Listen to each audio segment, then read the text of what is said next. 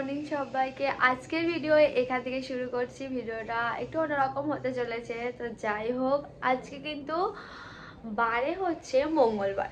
আজকে মঙ্গলবার আর এখন বাজে প্রায় 8টার মতো। তো সকালবেলা ঘুম থেকে উঠে আমি কিন্তু মুখ ধুয়ে নিয়েছি।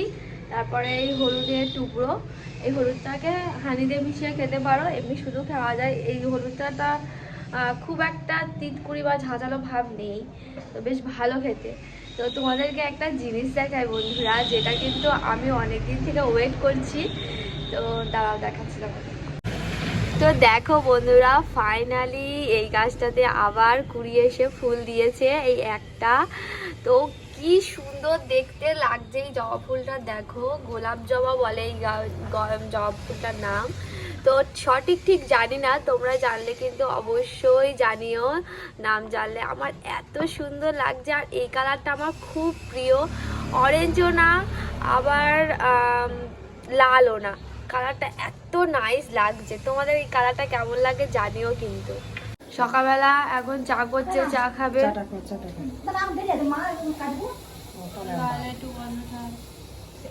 আর কি বাজার এনেছে দেখি,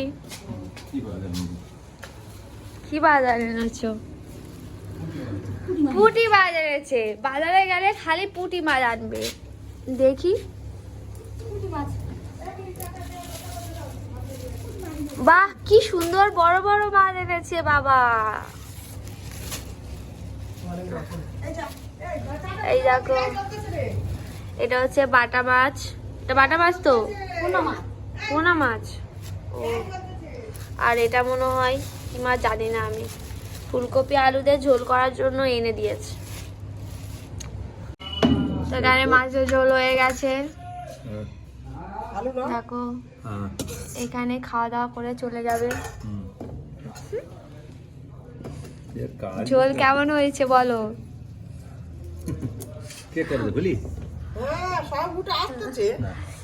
আমি করে ঝোল করিনি।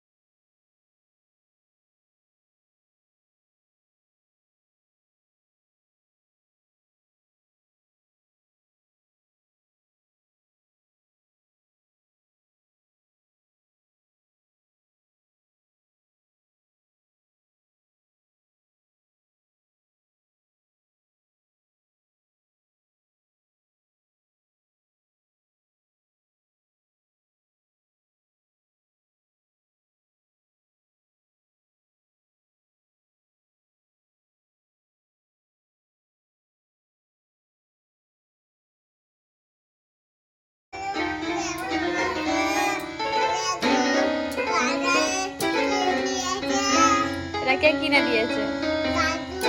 তো দেখতে পাচ্ছ আমার মেয়ে এখন ইন্ট্রো করছে। তো এটা ওর দাদু কিনে দিয়েছে ওর জন্য। কেমন এটা মাম, কেমন? সুন্দর, বাজাও।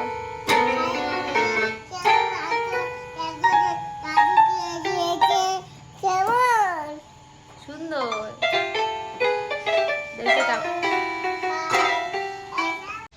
তো রান্না বান্না পুরো কমপ্লিট। রান্না বান্না বলতে গেলে ওই বললাম না মাছ এনেছে, মাছ চুনো মাছ এনেছিল। তো চুনো মাছ দিয়ে একটু মূলো দিয়ে, নতুন মূলো এসেছে বাজারে, তো মূলো দিয়ে চচ্চড়ি করেছি। আর মাছের ঝোল তো হয়েই ছিল, তো ওই।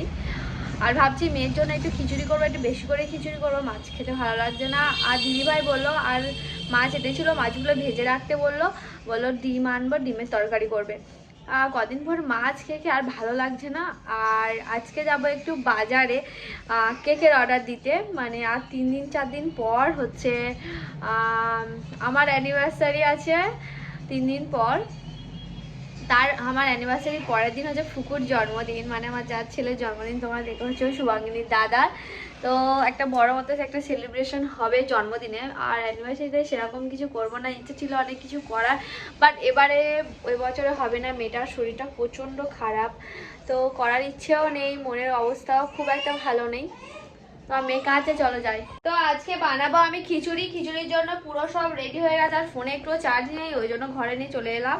তো ফোনটা একটু চার্জে থাকুক, নাহলে পুরো ব্লগও কমপ্লিট করতে পারবো না, আগের দিনে যা হয়েছিল আর কি। তো এখানে সবজি সব কাটা হয়ে গেছে, আর মেয়ে রেডি। আমার মেয়ে হচ্ছে রান্না করবে, ওই জন্য আমাদের সাথে ও হেল্প করেছে আমাকে, কারণ হচ্ছে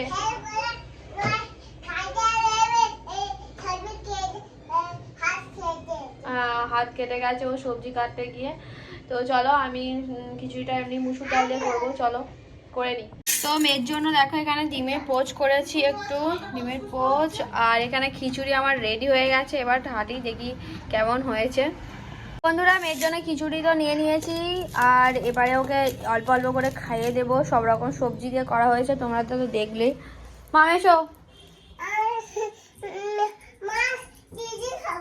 তো দেখো প্রত্যেকদিন খালি বলবে জিজি খাবো, জিজি খাবো। আজকে দুপুরবেলা আমাদের সকালে একবার ভাত হয়েছিল, ওই জন্য একটু কম পড়েছিল, সেই ভাতটা নিয়ে একটু ফ্রাইড রাইস করে নিয়েছি। আর এখানে প্রেশার কুকারে মেয়ের জন্য খিচুড়ি করেছিলাম, একেবারে বেশি করে খিচুড়ি করে নিয়েছি। তো এখানে খিচুড়ি রয়েছে, আর এখানে পাঁপড় ভাজা তো রয়েইছে। এই পাঁপড় ভাজা দিয়ে আজকে খিচুড়িটা খাবো। তো খাওয়া দাওয়া করে নিই, তারা তোমাদের সময়ের সাথে দেখা হচ্ছে। আজকে যাবো একটু বাজারে কেকের অর্ডার দিতে, যাই।